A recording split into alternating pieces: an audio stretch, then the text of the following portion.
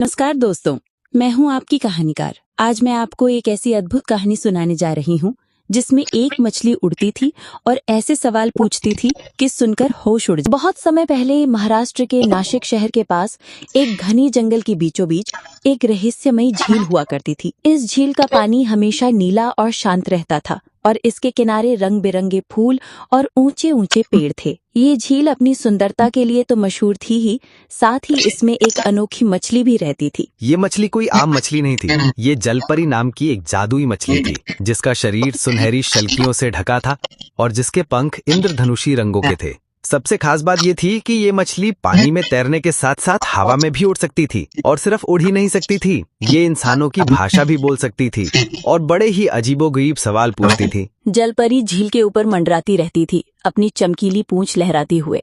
वो अक्सर झील के किनारे आने वाले लोगों से बातें करती थी, लेकिन उसकी बातें आम नहीं होती थी। वो उनसे पहेलियां पूछती थी, मुश्किल सवाल करती थी, और अगर कोई उसके सवाल का गलत जवाब दे देता था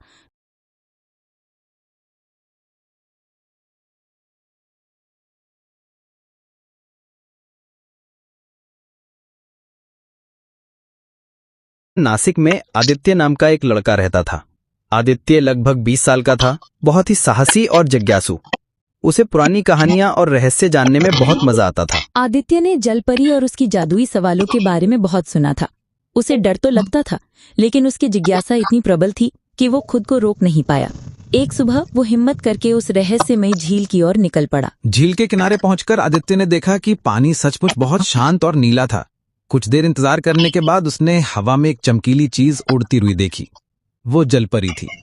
वो धीरे धीरे आदित्य के पास आई और अपनी मधुर आवाज में बोली, तुम कौन हो बालक, और यहाँ क्या करने आए हो? आदित्य थोड़ा घबराया, लेकिन उसने अपनी हिम्मत बटोरी और कहा, मेरा नाम आदित्य है और मैंने आपके बारे में बहुत कुछ सुना है। मैं आपके सवालों का जवाब देने और आपके इस रहस्य को जानने आया हूँ। जलपरी मुस्कुराई, उसकी सुनहरी शल्कियां धूप में चमक उठी। अच्छा, तो तुम साहसी हो, तो फिर मेरे पहले सवाल का जवाब दो। मैं वह हूँ जो दिन में छिपती हूँ और रात में दिखती हूँ, लेकिन मुझमें कोई आंख नहीं। बताओ मैं क्या हूँ? आदित्य ने सोचा, ये एक आसान पहेली थी। आप चांद हैं। उसने तुरंत जवाब दिया। जलपरी ने अपनी पूंछ हिलाई और मुस्कुराई। सही जवाब, तुम्हारी यादें सलामत हैं। आदित्य थोड़ा और आत्मविश्वासी हो गया। तभी झील के पास एक और आदमी आया। वो था सेठ दामोदर, गांव का एक लालची और घमंडी व्यापारी। उसकी उम्र लगभग 45 साल की थी और वो हमेशा अपनी चतुराई का प्रदर्शन करना चाहता था। उसने जलपरी की बातों को सुना और सोचा कि वो भी आसानी से सवालों के जवाब देकर अपनी अक्लमंदी दिखा सकता है। सेठ दामोदर आदित्य को किनारे कर जलपरी के सामने खड़ा हो गया और बोला, अरे मछली, मुझसे सवाल पूछ।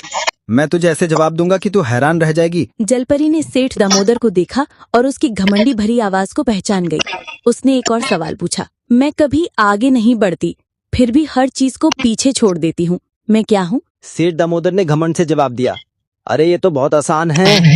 तुम तो वो लालची आदमी हो जो किसी से आगे नहीं बढ़ता। जलपरी की आंखें चमक उठी, लेकिन ये खुशी की चमक नहीं थी। गलत जवाब। जलपरी ने तेज आवाज में कहा। एक पल के लिए झील का पानी तेजी से हिला और हवा में एक नीली रोशनी चमकी। सेठ दामोदर के चेहरे पर एक खालीपन छा गया। वो अपनी दुकान का नाम और कुछ दोस्तों के नाम भूल गया था। वो घबराकर वहां से भाग गया। आदित्य ने ये सब देखा और समझ गया कि जलपरी के सवाल कितने गंभीर थे। जलपरी ने अब आदित्य की ओर देखा और उसका अगला सवाल पूछा, मैं वह हूँ जो जितनी ज्यादा बढ़ती हूँ उतनी ही कम दिखाई देती हूँ। मैं क्या हूँ? आदित्य ने गहराई से सोचा। ये सवाल पहले वाले से कठिन था। उसने अपने ज्ञान और तर्क का इस्तेमाल किया। फिर उसे एक विचार आया। आप अंधेरा हैं, उसने कहा। जलपरी की आंखें चमक उठी। बिल्कुल सही, तुम सचमुच बुद्धिमान हो। जलपरी आदित्य के पास और करीब आई। उसने कहा, मेरा आखिरी सवाल है, सबसे मुश्किल। अगर तुमने सही जवाब दिया तो मैं तुम्हें अपना रहस्य बताऊंगी। मैं वह हूँ जो तुम हर पल जीते हो, लेकिन जिसकी कोई शुरुआत या अंत नहीं है। मैं हमेशा बदलती रहती हूँ, फिर भी मैं हमेशा वही रहती हूँ। मैं तुम्हें बनाती भी हूँ और मिटाती भी हूँ। बताओ मैं क्या हूँ? कई मिनटों तक उसने सोचा। जलपरी शांत होकर उसे देखती रही। आदित्य को लगा कि वो हार जाएगा और उसकी सारी यादें गायब हो जाएंगी, लेकिन तभी उसे एक एहसास हुआ। ये सवाल उसकी जिंदगी से जुड़ा था। उसने अपनी आंखें खोली और जलपरी की आंखों में देखा। आप समय हैं, उसने आत्मविश्वास से कहा। आप हर पल बीतते हैं, लेकिन आपका कोई अंत नहीं। आप हमें बदलते हैं, पर आप खुद नहीं बदलते। आप हमें बनाते भी हैं और हमारे अंत का कारण भी बनते हैं। तुम पहले इंसान हो जिसने मेरे तीनों सवालों का सही जवाब दिया है। जलपरी ने आदित्य को बताया कि वो कोई जादुई जीव नहीं थी, बल्कि ब्रह्मांड की ऊर्जा का एक रूप थी जिसे इंसानों के ज्ञान को परखने और उन्हें उनके सबसे गहरे सत्य से रूबरू कराने के लिए भेजा गया था। उसकी यादें गायब करने की शक्ति असल में लोगों को अपनी अंतर्ज्ञान की खोज करने के लिए मजबूर करती थी। उसने कहा, मैं सिर्फ उन यादों को मिटाती हूँ जो तुम्हारे असली ज्ञान और पहचान को ढक रही होती हैं। लेकिन आज तक किसी ने भी मेरी पहेलियों को इतनी गहराई से नहीं समझा था। जलपरी ने बताया कि वो केवल उन लोगों की यादें गायब करती थी जो लालची, घमंडी या बेईमान होते थे, ताकि वो अपनी गलतियों से सीख सकें। सेठ दामोदर जैसे लोग अपनी कुछ तुच्छ यादें खोकर बेहतर इंसान बन सकते थे। आदित्य ने जलपरी को धन्यवाद दिया। उसने सीखा कि ज्ञान सिर्फ किताबों में नहीं होता, बल्कि जीवन के अनुभवों और गहरी सोच में भी होता है। जलपरी ने उसे एक चमकता हुआ नीला शंख दिया। ये शंख तुम्हें हमेशा सही रास्ता दिखाएगा और जब भी तुम्हें मदद की जरूरत होगी मुझे पुकार लेना। आदित्य ने उस शंख को सम्मान से लिया। उसने जलपरी को वचन दिया कि वो उसके ज्ञान का सदुपयोग करेगा और दूसरों को भी ज्ञान और बुद्धिमत्ता की ओर प्रेरित करेगा। आदित्य रूपनगर वापस लौटा और उसने गांव वालों को अपनी कहानी सुनाई। उसने जलपरी के रहस्य को सबके सामने उजागर किया। लोग हैरान रह गए और उन्होंने आदित्य की बुद्धिमत्ता की सराहना की।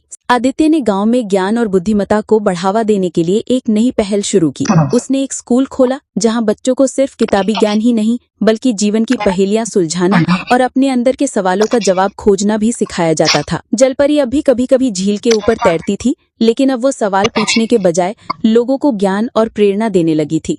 उसकी चमकती हुई शल्कियां और इंद्रधनुषी पंख अब डर नहीं, बल्कि आशा का प्रतीक बन गए थे। और इस तरह नासिक की उस रहस्यमय झील की कहानी और जादू की मछली जो हवा में तैरती थी और सवाल पूछती थी, हमेशा के लिए एक ऐसी किंवदंती बन गई जो लोगों को सिखाती थी कि सबसे बड़ा खजाना किसी खजाने में नहीं, बल्कि अपने ज्ञान और आत्मचिंतन में होता है। कहानी से सीख। इस कहानी से हमें कई महत्वपूर्ण सीख मिलती हैं। ज्ञान की गहराई। सच्चा ज्ञान सिर्फ किताबों तक सीमित नहीं होता, बल्कि जीवन के अनुभवों, तर्क और आत्मचिंतन में भी होता है। बाहरी दिखावे या ऊपरी ज्ञान के बजाय गहरे सत्य और बुद्धिमत्ता को पहचानना ही असली चतुराई है। दोस्तों, ये थी जादू की मछली जो हवा में तैरती थी और सवाल पूछती थी की कहानी।